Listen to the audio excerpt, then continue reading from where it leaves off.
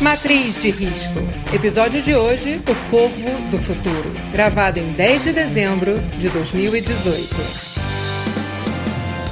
Fala,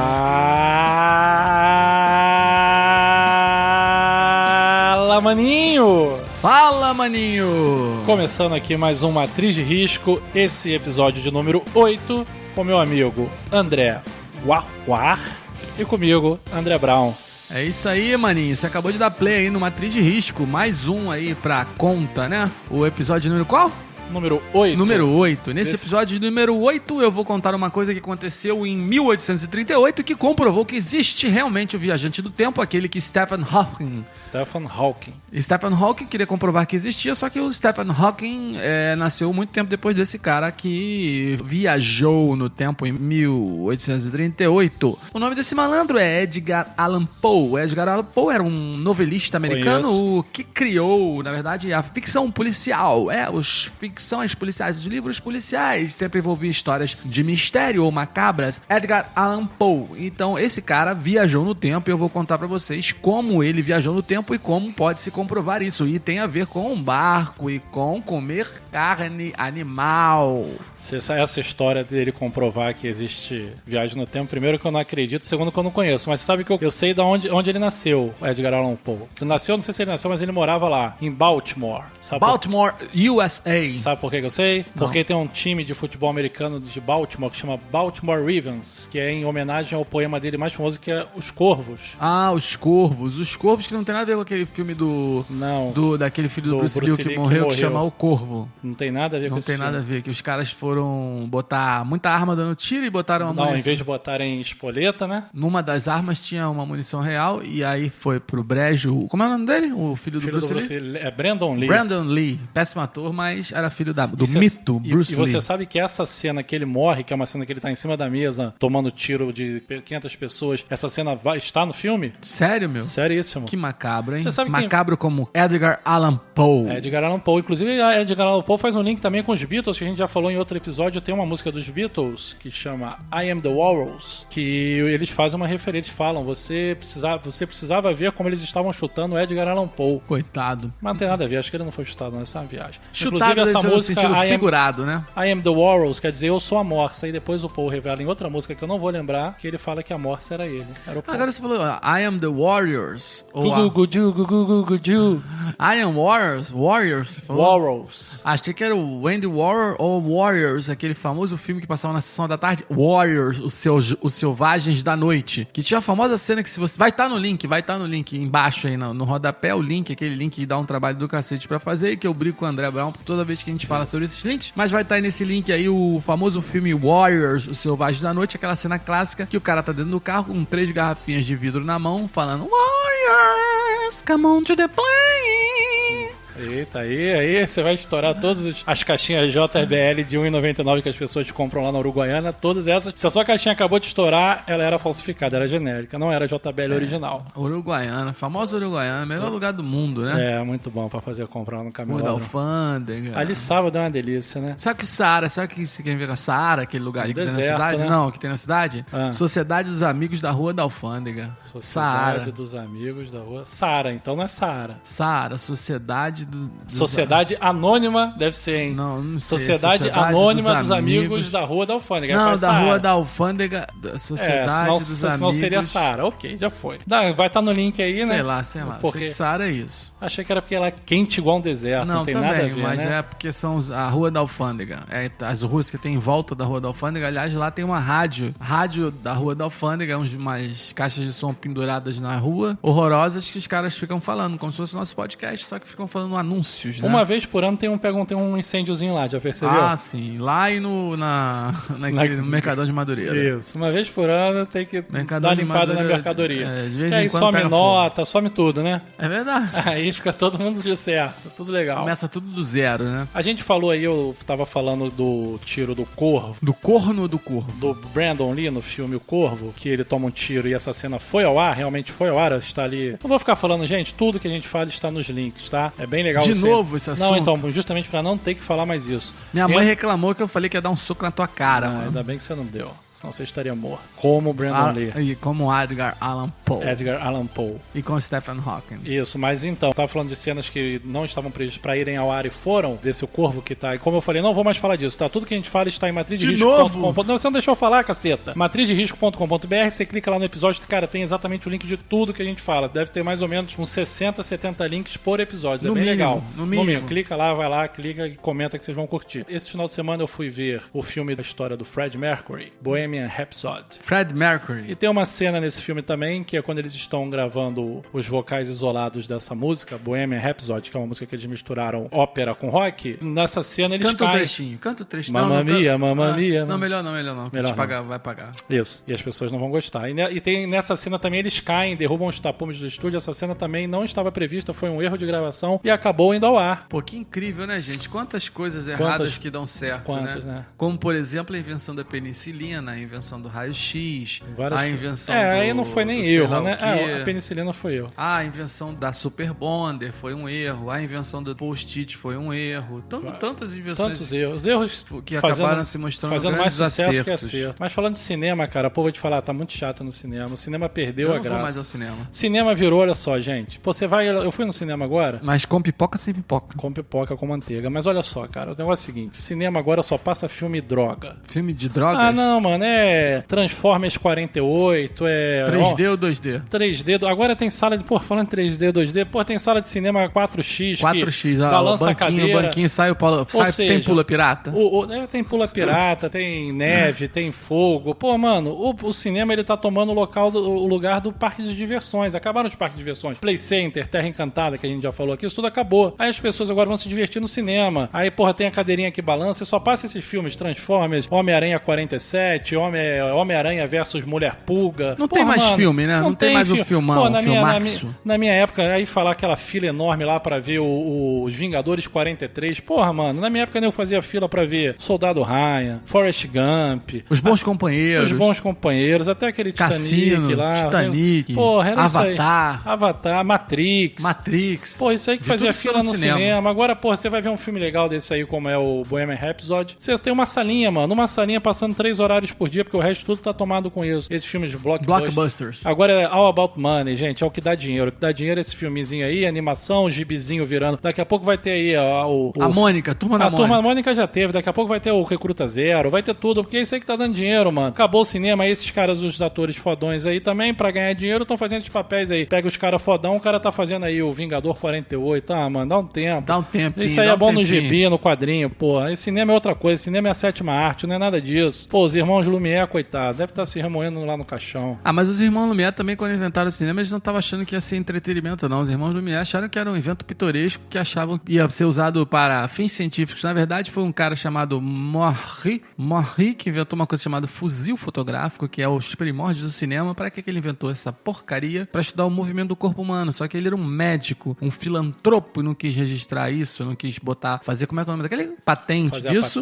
Mostrou para os Lumière e para os Thomas Edison, e esses dois malandros inventaram uma máquina que captava imagens e movimento. O Edison resolveu um problema, porque o invento de Marie, o fuzil fotográfico, era feito com um papel fotográfico. E aí o Thomas Edison, malandramente... Vai pagar direito autoral. Pagar direito autoral malandramente é foda. Pagar pros Beatles, beleza. Ele tinha o escritório de patentes dele do lado da fábrica da Kodak, aquela empresa que fechou, já falamos isso aqui no Matriz de Risco, porque não acreditou na porra da câmera digital, e aí, etc. E aí a Kodak, que fabricava filmes fotográficos, ele pegou aquela porra, fez a celulose, ele resolveu esse problema, porque o fuzil fotográfico de Marie, o papel rasgava. Fuzil fotográfico. Era um negócio com uma ponta que fazia várias fotos. E os Lumière resolveram o problema do peso da câmera, porque a câmera do Edison era muito pesada, elétrica, caramba, os Lumière inventaram uma câmera portátil, etc. Mas quem inventou o cinema, o pai do cinema, era um malandro chamado Georges Méliès, que na verdade era um mágico, sim. A sétima arte surgiu de um mágico da magia. É uma mágica, né? Mas você acha que então... Ele é aquele malandro, Darryl Brown, que a gente tá nos documentários. Mas você acha que o Georges Lumière achou que a arte dele, a invenção dele, pô, ia ser pra ficar fazendo, mano, porra, Vingador, agora tem um filme lá do Aquaman, dá um tempo, mano. Sabe o que é isso aí? Eu não gosto... Porra, sei que vai ter gente que vai me matar, mas peraí, mas olha só. Isso aí, eu não gosto de nenhum filme que tem um recurso chamado Deus Deus Ex Machina. Sabe o que é esse recurso? Não. Deus, tem até um filme com esse Sim. nome. Esse recurso é o que o teatro grego usava antigamente, que é assim, é o teatrinho rolando, aí pra finalizar eles não tinham um roteiro com início, meio e fim, pé nem cabeça. Isso. Era assim, pra finalizar, a peça tava indo muito bem, e pra finalizar, eles desciam os deuses lá com as cordas, com as tractanas, umas imagens dos deuses lá, e falavam, agora o deus grego decidiu que o André Varvar vai ser o rei do não sei aonde. Aí descia outro rei. Agora o rei do não sei de onde decidiu que Joãozinho vai casar com Maria. O que é isso? É Deus Ex Machina. É exatamente esse filme. O cara fica lá o filme inteiro num dilema, aí chega no meio do filme e ele fala, já sei como resolver, vou chamar meu amigo que tem um superpoder. Mano, superpoder é o cacete. Porque eu não pensou isso antes, porra. Aí é difícil hoje você ver um filme. Esse filme, inclusive, é muito bom. Indico do Queen, que retrata a realidade. Infelizmente, o Fred Mercury morreu de AIDS, como tantos outros, né? Na década de 90. Na época que se morria de AIDS, né? Hoje em dia é difícil, né? Hoje em dia é bem difícil. Anos e anos, graças a Deus. Graças a Deus. O coquetel, né? O coquetel faz com que as pessoas sobrevivam, toma uma série de remédios e consegue aqui no prolongar. Brasil, na verdade, não se morre mais de AIDS, né? É difícil. A não ser quem não tem suporte, né? Na África ainda morrem muitas pessoas de AIDS. Claro, com certeza. Mas na África morrem muitas pessoas de todas as coisas. Né? Guerra civil, AIDS, tifo, tétano, febre amarela. Mas mais engraçado, não sei se foi uma casualidade, África, né? Mas a AIDS matou muitos talentos, né, cara? Assim, principalmente na música. Aqui no Brasil perdemos Cazuza, fundador do Barão Vermelho. Não. Você sabe quem fundou o Barão Vermelho foi o Léo Jaime. Não. Foi o Cazuza e o Frejá, os dois amigos de infância. Mas... Que Léo Jaime, mano? Léo Jaime cantava aquelas músicas... Sônia é demais, né? Não, mas foi... Se não fosse... Jaime é um mito. Sabe que eu tenho a história do amigo meu, Fabão, com o Léo Jaime, né? Se você agora... Mas peraí, eu vou te falar, você tá achando que eu tô de pilha. Se não fosse o Léo Jaime e se o Frejá tivesse um carro, Barão Vermelho jamais teria existido. Duvido. Porra, tá duvidando? Já sei. Eu vou ligar pro Léo Jaime. Duvido. Pera aí, então vou ligar. Não, vou ligar não, porque ele pode estar Manda um WhatsApp pra ele. Vou mandar um WhatsApp. Vocês estão duvidando, né? Vamos ver se ele vai responder. Vocês não, só tem eu aqui dentro. Ninguém é vocês duvidando. Eu duvido. Você tá louco, cara. Quem inventou o Barão Vermelho foi o Cazuza e o Frejá, mano. Pera aí. Que Léo Jaime, mano. Fala, Léo. Brown aqui, Léo. Tudo bom? Tá. Tô aqui com o Varvar gravando uma trilha de risco, que eu sei que você escuta, que Manda você já me falou que escuta. Léo, me conta uma coisa aqui. Lembra aquela história que você me contou? Como é que você, graças a você, o Barão Vermelho... Mas eu sei que você não me falou assim. Mas aí você já tá, induzindo ele a falar. Rapaz, tô no WhatsApp. Léo, manda um áudio aqui pra mim, se possível, se chegar até o final do programa vai ser bom. Daquela historinha que você me contou da união Cazuza-Frejá, como é que você fez isso aí? Manda aí que o meu amigo aqui tá duvidando. Eu não tô duvidando, é mentira. Quem inventou o Barão Vermelho manda aí mais em 30 minutos aí, Léo, se não estiver atrapalhando. Valeu, um abraço. Tá bom, mandou mensagem pro Léo Jaime. Vamos ver se o Léo Jaime responde. Isso aí. Eu só acho o seguinte, cara, quem inventou o Barão foi o... O Barão Vermelho, que era o Barão Vermelho? O Barão Vermelho era um piloto alemão, né? Que na Primeira Guerra teve muitos embates. Já voltamos para as guerras, né? Sempre. Na Primeira Guerra teve muitos embates aéreos e o Barão Vermelho era um piloto alemão muito astuto, conhecido com seu triplano vermelho. O triplano era um avião que tinha 3 asas e as asas eram mais curtinhas do que os inimigos ingleses, que faziam com que o avião dele tivesse grande poder de manobra, né? O Barão Vermelho. E ele era o Barão Vermelho era um piloto, então. Um piloto alemão. Uh-huh. Um exímio piloto alemão. E por conta desse triplano vermelho, as asas eram pequenas, o avião dele era super manobrável e ele conseguia sempre colocar o sol nos olhos dos inimigos. Era um Top Gun, né? E era um Maverick. Abateu muitos inimigos. Na época clássica, os aviões eram de pano, né? Os aviões de pano? Os aviões eram como se fossem pipas, eles eram forrados... É como se fosse uma resina, né? Um material sintético sem ser... E era muito simples, você atirava, as pessoas levavam um tiro, né? Você falou de resina... Pegava o tiro, pegava no piloto, que eu quero dizer com isso, né? Você derrubava o avião matando o piloto, né? Você falou de resina, eu lembrei de um outro cantor que esse não morreu de AIDS, mas também nos deixou, na minha opinião, a maior voz do Brasil, que o Brasil já teve, o síndico do Brasil, Tim Maia. A resina, sabe o que você falou da resina? Eu me lembrei dele, né? Porque teve uma fase do Tim Maia... Que ele era vendedor de resina, ele tirava benzina. Não, porra, melhor que isso. Teve a fase racional do Tim Maia. Puta, meu avô conheceu o Tim Maia nessa fase aí. Meu avô era também desse negócio aí do Racional Superior. Racional Superior, que tem um livro chamado O Universo em Desencanto. São vários livros, você termina o 10º e você volta pro primeiro. Você fica lendo em looping. E esse livro, eles falam que o ser humano veio da resina, de uma resina. Sério, maneiríssimo. Ele fala isso. Tem um dos melhores álbuns do Tim Maia, é o Racional. Tem vários volumes. E você sabia que esse álbum, por que era um dos melhores do Tim Maia? Ele já estava pronto, as bases todas prontas, as músicas prontas, quando ele entrou pra essa religião. Aí ele ficou loucão, né? Como o Tim Maia, tudo que ele vivia era muito intenso. Ele chegou e falou pra banda, olha só, gente, eu entrei nessa religião aqui, vamos mudar todas as letras pra falar do livro Universo em Desencanto. A banda Vitória Régia, a única que recebia sábado e domingo após as 18 horas, ele sempre falava isso, falou pra banda malandramente, não queria perder a graninha, entrou todo mundo pra religião na mesma hora. Falou, como é que entra nessa religião? Tem que vestir branco. Todo mundo vestiu branco e gravou o disco. Só que depois que ele saiu da religião, ele renegou esse álbum só foi relançado pouco depois que ele morreu. Era um álbum meio difícil de se achar, porque ele mandou recolher. Meu avô tinha. Hoje inclusive você acha, tem no Spotify, aí tem tudo. Inclusive aquela música O Caminho do Bem. O Caminho do Bem está no filme Cidade de Deus. É desse álbum Racional do Tim Maia. Excelente esse álbum, muito bom. Musicalmente é um dos melhores dele. O Caminho do Bem, Cidade de Deus, CCD. Você sabe CCD, Cidade de Deus. Você sabe que CDD. O Tim Maia morava no Recreio, né? E uma vez ele, numa das loucuras dele... Tem um livro do Tim Maia, uma biografia do Tim Maia, escrito pelo Nelson Mota, chamada Vale Tudo. Excelente. Quem não leu, eu adoro ler biografias. A do Tim Maia é uma das... Fumava muita maconha, né? Muita. Que ele chamava de... Erva do capeta. Não, é... Bauru, esqueci o nome agora. Tinha um negócio... Ele chamava de Bauruzinho. Bauru pra mim é um sanduíche. Mas tem que ler o livro. Lê esse livro. Quem não leu, eu recomendo. E tem uma passagem muito engraçada que ele morava no Recreio. Um dia ele doidão, de madrugada vendo televisão, vendo aquele canal do boi, comprou um boizinho. Um boi anão, cara, um boi mirim, assim, que não crescia. Pra ficar na casa dele, ele tratava o boi igual cachorro, mano. Dentro de casa? No quintal da casa dele, no recreio. Aí uma vez ele viajou pra fazer um show, quando ele voltou, o pessoal do terreirão invadiu a casa dele, matou o boi dele e fez um churrasco lá no terreirão. E qual é o nome do boi dele? Eu não vou lembrar, mas tem no livro. Um abraço pro boi do Tim Maia aí, meus pêsames. O Tim Maia era incrível. Tem uma entrevista com ele no Jô Soares, quando era João 11h30 também no SBT, que é ótima. Inclusive, você sabe por que o Jô foi pro SBT, né? Porque ele queria fazer programa de entrevista tal qual David Letterman e a Globo achou que não tinha como, que não ia dar certo esse formato. E lá ficou o Jô Soares 30 anos fazendo isso. Jô 11h30 Nem depois se lembrava mais dele como humorista, né? Tem muita gente que não conhece ele como humorista. Ele nem Capitão Gay. Que provavelmente vai virar filme, né? Porque agora tudo que é super-herói vira filme. Era o defensor das minorias, que é sempre contra tiranias. E depois ele voltou pra Globo. Bota lá esse link, essa música é ótima. Era o Tom Gay e o assistente do Capitão Gay chamava Carlos Sueli. Que era aquele cara que morreu, não era o Silvino? Não era um outro cara, o cara ótimo. É um desses caras, um desses escadas mais famosos. Explica o que é escada. Escada é o ator que é escalado com um comediante só pra ficar levantando a bola pro outro cortar. Ele levanta as piadas e o outro faz graça. O Jô Soares tem várias entrevistas dele. Tem uma com o Sérgio Malandro que é excelente. Vocês vão acessar. E o Papai Noel e o Sérgio Malandro? O Papai Noel, do Marlene Matos. Papai Noel, Marlene Matos, Sérgio Malandro. Que ele conta?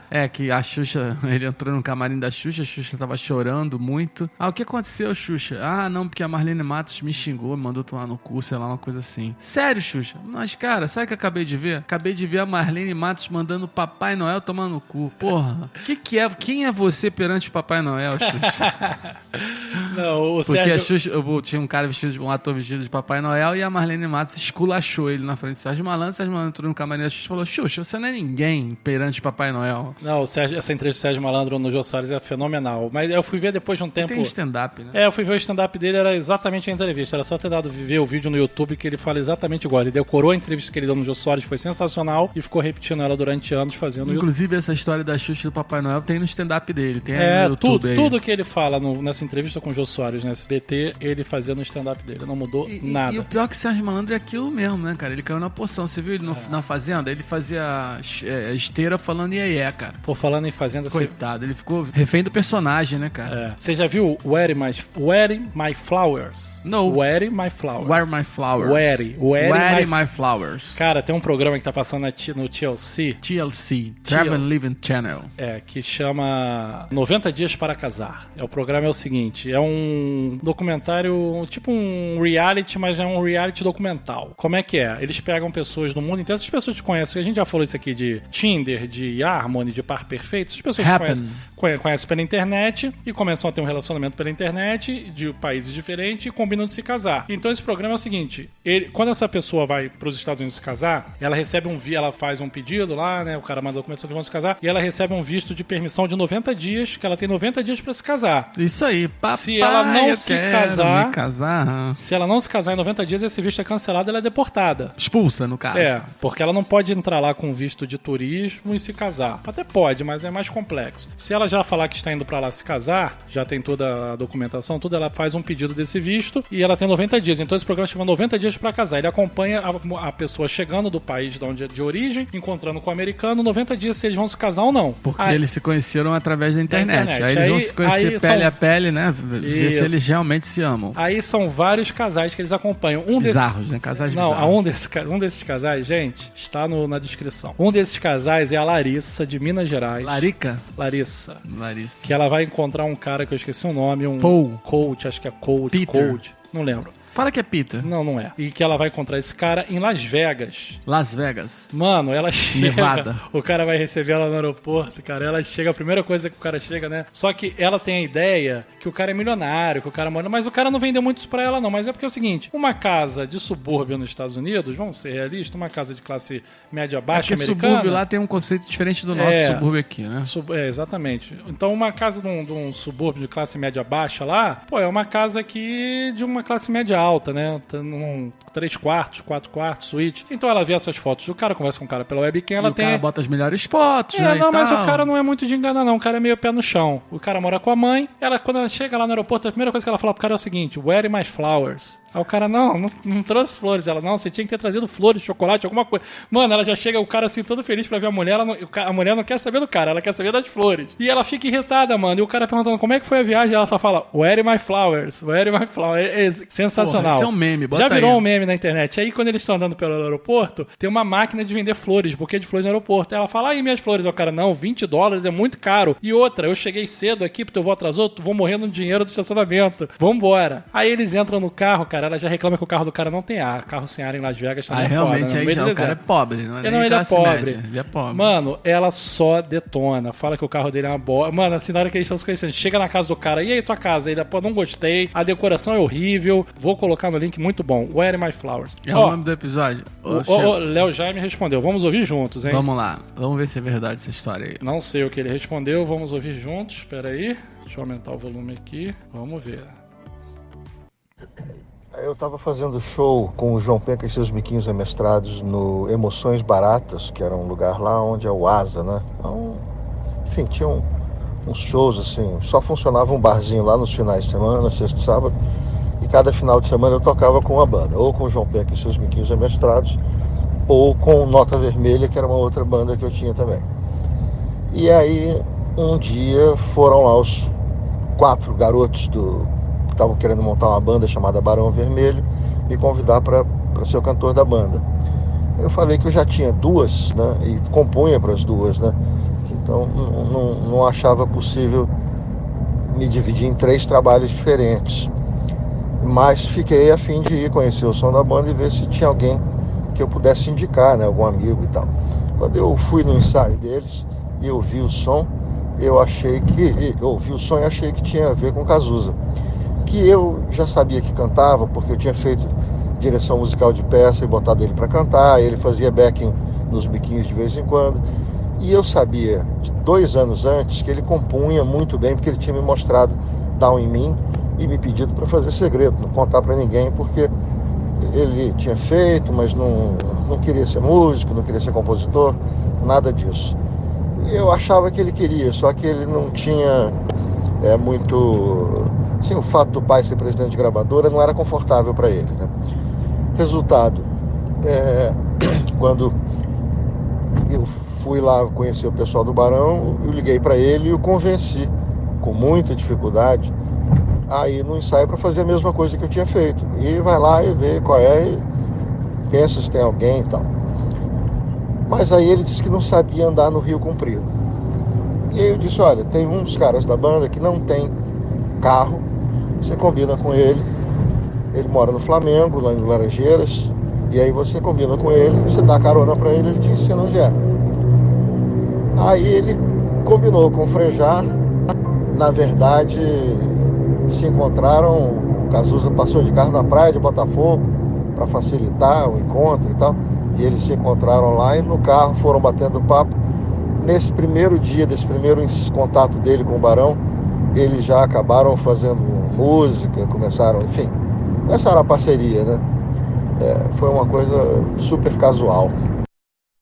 Aí, tá vendo? Léo Jaime comprovou que eu tinha falado, pra vocês não acharem tudo que tem aqui, tudo que a gente fala aqui no Matriz de Risco tem um embasamento, gente. E essa informação poucas pessoas sabem. Talvez no dia que o Léo Jaime lançar a biografia dele, esteja lá, mas vocês que escutam o Matriz de Risco souberam primeiro. Que o Cazuza era Uber e pegou o Frejá na praia de Botafogo, né? E levou até o Rio Comprido e para o Frejá pagar, ele deixou o Cazuza dar uma palhinha no Barão Vermelho e aí virou aquela dupla parceria incrível que teve aquelas músicas maravilhosas dos anos 80, mas o Barão Vermelho já tinha uma pegada mais cult, né? Tanto que quando o Cazuza virou Codinome Beija-Flor, Barão Codinome Beija-Flor? Não, é carreira solo do Cazuza. Você sabe pra quem? Você sabe pra quem que ele escreveu o Codinome Beija-Flor? Pra mim não foi. Nem Mato Grosso. Que bonito. Eles eram namorados? Não sei, mas... deviam ser, né? Bonito. Nem Mato Grosso. Vi no Rock in Rio, tacavam pedra nele e não parava de cantar. Eu estava no Rock in Rio no dia que tacaram pedra no Carlinhos Brown, que abriu para o Guns N' Roses. Porra, grande. Louco, né? Bota um Carlinhos Brown pra abrir com o Guns N' Roses, cara. Pô, botou os metaleiros, tinha que levar pedrada não. Não que eu concorde, né? Mas é uma escalação péssima. Não tem nada a ver uma coisa com outra. Medina nessa aí. O Carlinhos Brown, ele concorreu ao Oscar, mano. É Oscar não é qualquer igual não. Fernanda Montenegro. Fernanda Montenegro. Aliás, esqueceram de falar isso ontem, né? Mas você sabe que isso é uma cultura que americano tem.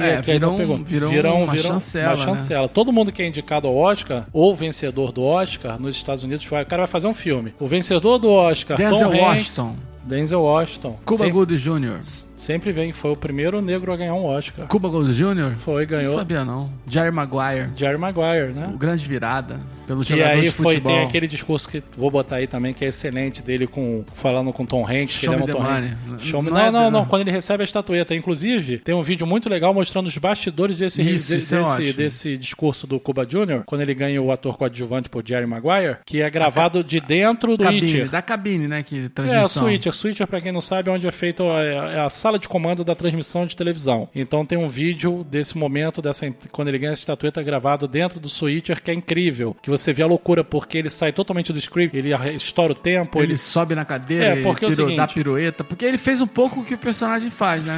Que a grande virada do personagem dele é quando ele começa ele volta a sentir prazer no que ele faz. Porque ele fica o filme inteiro, ele só quer ganhar dinheiro. Ele esquece que o barato dele é jogar futebol americano. Isso. Até que ele faz uma jogada no estádio e sugere-se que ele teve uma lesão e o caralho. Então, por alguns segundos, ele fala assim, vou perder tudo isso, né? E a família dele fica sofrendo. Isso, aí ele finalmente sacou o seguinte, que o que era legal não era ganhar dinheiro, o legal era jogar futebol. E aí ele faz uma firula lá do cacete, o estádio vai à loucura, e aí a grande virada dele, do personagem do Tom Cruise, Jerry Maguire, e aí eles fazem sucesso, ganham dinheiro, e é tudo lindo, um filme maravilhoso, deve-se vir. Jerry Maguire, a grande virada. Aliás, eu tenho muitas noites de Jerry Maguire, os americanos têm uma expressão que fala sobre isso, que é dormir sobre o assunto, né? Porque, na verdade, o sono é muito importante pra vida. O sono, inclusive, é importante pra você não se deprimir. O sono é importante pra você ser criativo, e o sonho, não só o sono, mas o sonho é importante pra você na resolução de problemas, sabia? Claro. E outra coisa, você sabia que quando você sonha... Você sabe que você só precisa dormir 4 horas por noite, né? Não, 8 horas por noite. Não. 8 horas. Dormir, você tá falando dormir profundamente. Dormir profundamente. Os SEALs, eles só dormem 4 horas por noite. Os SEALs são os merdas.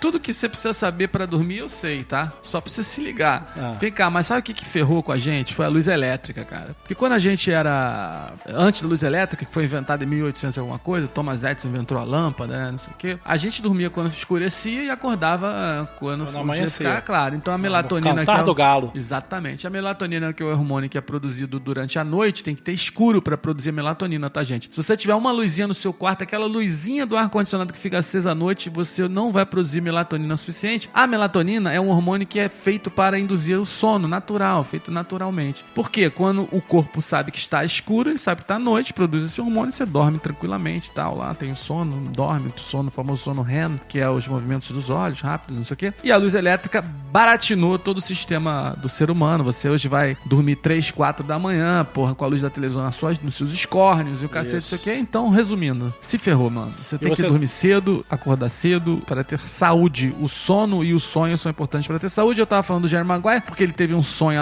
noite lá, não conseguiu dormir, teve uma ideia lá louca que se ferrou todo, você vai ver no filme. Mas os americanos têm essa expressão, dormir sobre o problema, porque durante o sonho, ele tem a solução dos problemas. E você tá falando... Funciona muito bem, tá? Você tá falando de lâmpada, da invenção da lâmpada, tudo. Agora a gente tá passando por uma grande mudança da iluminação, que é a lâmpada bulbo aí, como é que chama, meu Deus do céu? Tungstênio, filamento. Filamento agora está sendo substituída por lâmpadas de LED.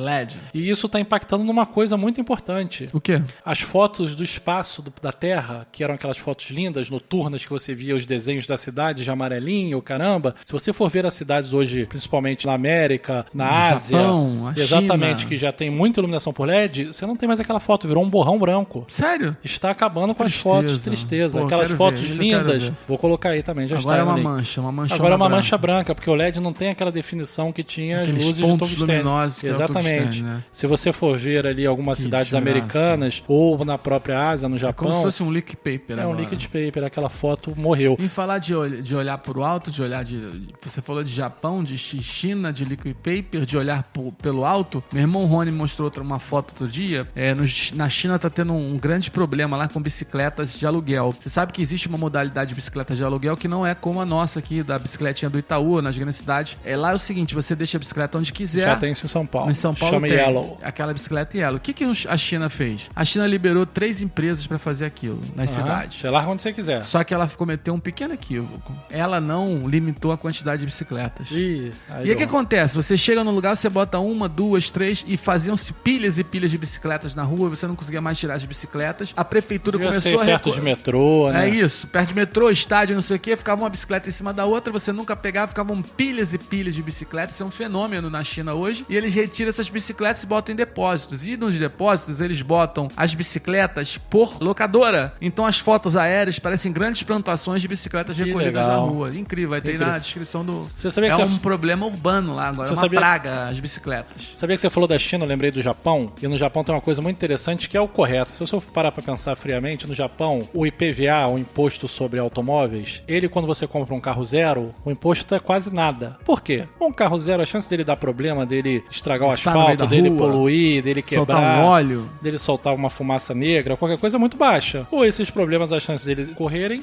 é conforme vai passando o tempo. Claro. Então no Japão, como é que é o IPVA? O carro zero, o IPVA dele é a mixaria. E o IPVA vai aumentando conforme a idade do carro. Vai ficando velho. Quando o carro tem 5 anos, de 5 para 6 anos, o IPVA já tá tão caro que não vale mais a pena você ter o carro. Aí você bota pra esmagar o carro. Aí você tem 2 alternativas. Ou você bota pra amassar, que aí você ganha um voucher pra você comprar um carro novo. Eles pagam 3 mil ienes aqui pra você amassar teu carro, te dão um voucher que você só pode comprar, só pode usar na compra de outro automóvel. Novo. Ou eles compram o seu carro, existem empresas que compram o seu carro, botam em navio e vendem na Austrália. No Brasil não pode. No Brasil existe uma lei que você só pode importar carro zero ou carro de usado se for de coleção. Você não pode importar um carro... Na Austrália pode? Na Austrália pode. Não é carro velho, é carro de 5 anos. Velho? Não é velho. É um carro de 5 anos, é um seminovo. Enfim, então na Austrália, 80% da frota de carros na Austrália são carros usados japoneses, que vêm muito barato. E engraçado, se você for parar pra pensar, os carros japoneses, é o cara que monta carro, que fabrica carro no Japão, ele não tinha que pensar muito na durabilidade, já que o carro lá, o cara vai ficar com ele no máximo 5, 6 anos. Exatamente. E são os carros que mais duram. Já tinha que desmontar. Os carros japoneses são 5 anos e um mês tinha que desmontar na rua já. E pelo contrário, os carros japoneses são mundialmente conhecidos por serem carros duráveis. Honda, Toyota. Tinha um mecânico que atendia meu irmão Rony, que falava que se dependesse de um Honda ia morrer de fome. Que exatamente. O carro não enguiça. Então olha o pensamento do japonês. Mesmo ele sabendo que o cliente dele só vai manter aquele carro por 5 anos, no máximo 6, ele faz um carro para durar a vida inteira. É a filosofia japonesa. Oriental, né? Oriental. E o australiano, quem se dá bem com isso é o australiano, que compra o carrinho japonês, 5 aninhos,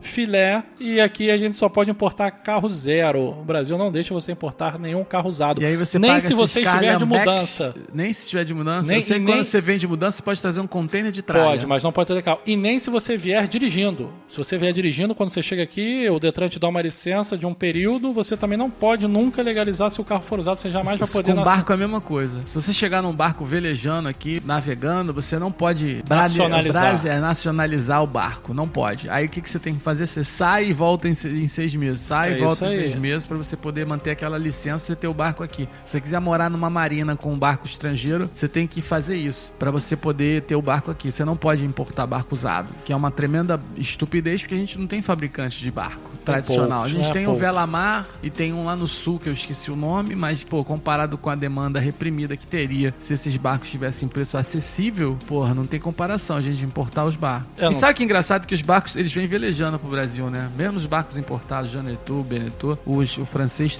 eu conheci um francês que trazia esses barcos, né? E ele trazia sozinho, navegação em solitário, vinha lá da França pro Brasil trazendo um barco zero, né? Um Beneteau na época eu fui lá naquele negócio que tem na Marina lá que vende barco. É, o Rio Boat Show. E eu perguntava pro cara, pô, você como é que você faz? Você não dorme? Ele falou assim, não, eu durmo, eu faço pequenos... A gente voltou ao assunto do sono, olha que interessante.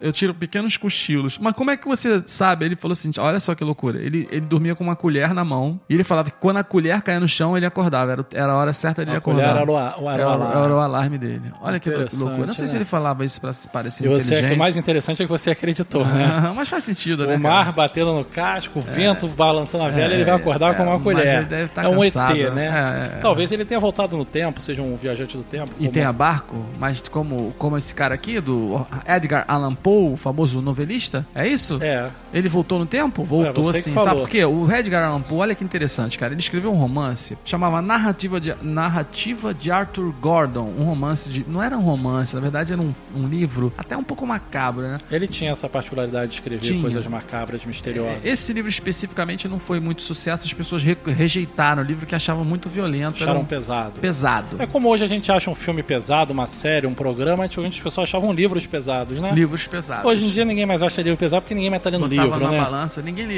livro mais. Livro é bom, é bonitinho pra ter na estante, é uma obra um objeto de decoração, né? Eu adoro quando você vai viajar, todo mundo entra no avião com um livro. A primeira coisa que as pessoas fazem é guarda o livro, pega o fone e fica vendo porcaria lá. Fica ouvindo o podcast Matriz de Risco. Inclusive essa última viagem que eu fiz, eu sempre falo dela, né? Incrível. No avião já tinha lá, sempre tem lá filmes, TVs, inclusive agora com o voo... Tinha podcast? Tinha podcast. Ótimo. Só porque agora tem uns podcasts agora que eles são de novelas, voltou, cara, a radionovela. Tem muito bem feito, inclusive histórias dramatizadas em podcast. Mas tem aquelas musiquinhas, aquelas tudo, cara. Eu fui chuva. escutando uma série que era uma praia. Não sei se eu vou achar isso, eu não prometo estar no link, mas vou procurar com muita... Mas é podcast? É um podcast. Não bota não, que alguém pode mudar. Não, tudo bem, somos abertos. É um podcast que o cara narrava uma história de uma praia que tinha ataque de tubarão. Aí com diálogos, com barulho do tubarão vindo, com sonorização incrível.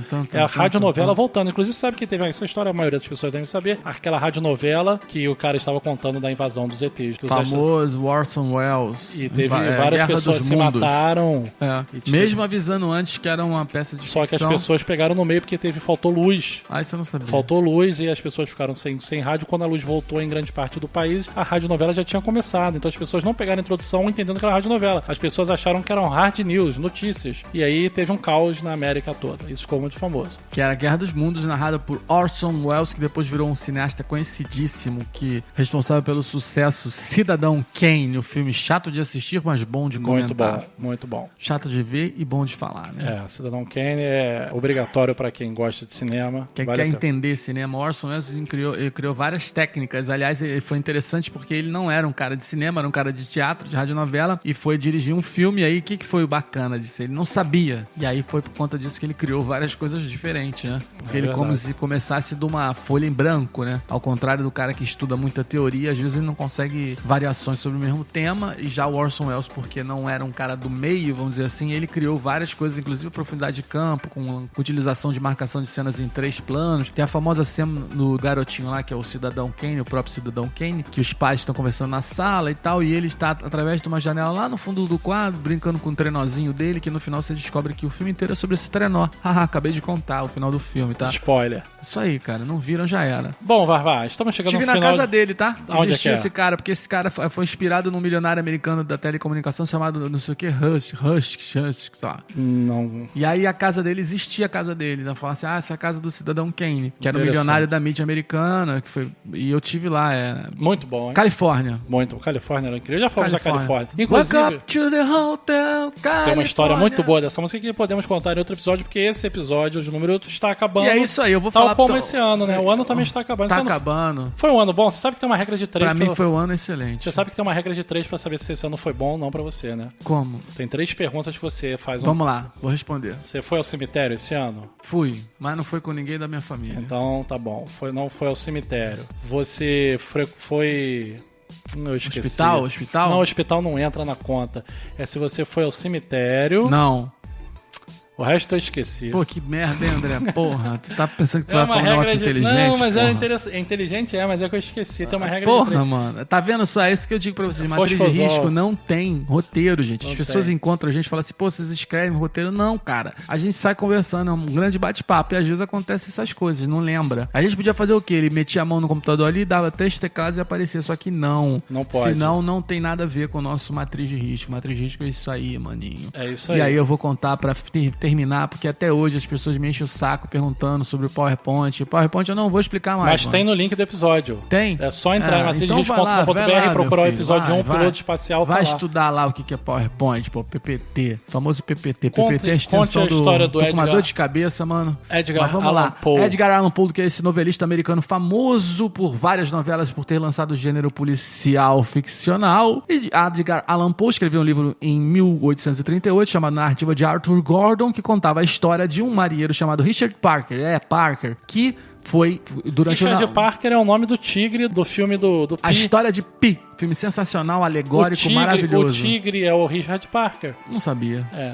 Tem a ver com o mar, hein? Então, continuando lá, o Richard Parker era marinheiro, a barco do Richard Parker. Isso é na obra de ficção, tá? Peraí, deixa eu entender. Esse é um livro. livro que ele escreveu em Chamado Narrativa de Arthur 1838. Gordon, 1838. 18 da idade, 38 da arma. Entendi. 1838. Então ele escreveu um livro, vai. Maioridade e Não, mas revólver. explica a história do livro. Escreveu um livro em 38. Esse livro conta, um dos contos, dos trechos do livro, conta a história de um naufrágio. Nesse naufrágio, as pessoas não tinham que comer, tinham que canibalizar, quer dizer, comer pessoas, seres dos mesmos seres humanos, comer carne humana, né, mano? Que nem aquele aviãozinho caindo no Chile, lá nos chilenos lá que comeram. Segue a história, cara. Eu tô embolando Eu tô o meio de campo interessado porque na eu história. tô lembrando de outras histórias, É. mano. Mas assim, aí o que aconteceu? Esses caras, eles estavam lá e resolveram o seguinte, ó, a gente tem que comer aqui um ou outro, comer a carne, né? Não tô Aham, falando de se sexo, alimentar. não. É, e aí o cara falou o seguinte, vamos fazer um palitinho aqui, quem tirar o menor palitinho, na verdade não era palitinho não, era número, quem tirar o menor palitinho vai ser papado pelos outros. Aham. E aí esse coitado do Richard Parker tirou o menor palitinho e virou churrasco. Entendi. E a galera comeu ele,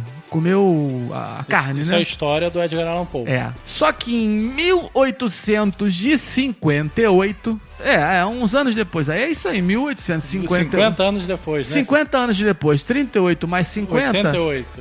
1888, Ah. 18 da arma, 88 das sardinhas, 88. Ah. Tem no link o que é sardinhas 88. Aconteceu um naufrágio e um marinheiro chamado Richard Não, Parker. não. É verdade. Tava no naufrágio. Estava no naufrágio. O que fizeram com Richard Parker, os colegas dele? Comeram ele. Não, mas comeram ele porque ele era o Richard Parker, eles sabiam do Não. livro, ou porque tiraram no palitinho de novo. Tiraram no palitinho Não, não. e ele perdeu de novo. Então, ele não, esse cara, porque o Richard outro era Parker. ficção, esse era de verdade. E E sabe o que era mais, a cereja do bolo dessa história, que eu acho ridículo esse termo cereja do bolo, mas vamos lá, eu acho que bolo não tem nada a ver com cereja é uma merda, mas vamos lá. A cereja do bolo é que o navio que resgatou os outros marinheiros se chamava Montezuma, que é o deus daquele povo lá dos maias, canibal. Que não, isso aí você inventou. Edgar Allan Poe viajou no tempo. Então, peraí. E Stephen Hawking estava certo. Esse é uma atriz de risco. Não, essa história aí, eu vou checar se isso é verdade mesmo. Esse é uma atriz de risco, mais uma vez mostrando para vocês Não, se essa que a for história, verdade, eu a fiquei... ficção vem antes da história e não Então, a mas história peraí, vem da ficção. então vou dar um easter egg dessa história. Meu Deus. O É, que será? porque no filme Pi, o Richard A Parker... Vida de Pi. A Vida de Pi, que é incrível, sensacional. Chorei. Também. Eu vi 2 vezes no cinema esse Eu não filme. entendi direito. Foi a primeira vez que eu fui no cinema com a minha esposa, Júnior. Que bonito, Júnior. Um beijo pra você. Esse filme, o Richard Parker é o tigre. E quando ele tem que contar a história que ninguém acredita na história dele, que a gente no final do filme não sabe se a história que a gente vê é verdade Não, ou né? a ilusão do garoto, ele fala que o Richard Parker, ele conta exatamente a mesma história. Você contou aí agora, incrível. Agora Caraca, que eu liguei vou os ver pontos. hoje. Ele fala que, então vou contar a história real. Não tinha tigre nenhum, era o cozinheiro, não sei o quê. O Richard Parker foi morto e comemos o Richard Parker. É verdade. Então, uma homenagem do filme a essa história do Edgar Allan Poe. Olha só que Que incrível. loucura, hein? Só uma atriz de risco mesmo pra te deixar tontinho sem entender nada. Sem Por entender isso que nada. você tem que ir no site. É isso Lá aí. você consegue pelo menos olhar cartesianamente essa confusão, esse calendoscópio de histórias que vocês acabaram de ver hoje no episódio 8 de Matriz de Risco. É isso aí, gente. Queria agradecer a todo mundo pela audiência. Sigam, entrem no nosso site matrizderisco.com.br. Lá tem todos os links para as nossas redes sociais. Nos mandem e-mail, WhatsApp, Telegram, tudo que vocês puderem. Dinheiro? Dinheiro ainda não. Não, dinheiro não. Vamos confundir as coisas, não. Não que a gente não esteja precisando, estamos duros. Mas. Lembrei a regra dos 3 pra você saber se o ano foi bom. Quero ver. Você foi ao cemitério? Não. Foi à delegacia? Também não. Passou algum dia em regime fechado ou semi... Porra, não, lógico então que não. Foi um ano maravilhoso para todos nós. Gente, muito obrigado pela audiência. Até o próximo Matriz de Risco. Valeu, maninho! É nóis!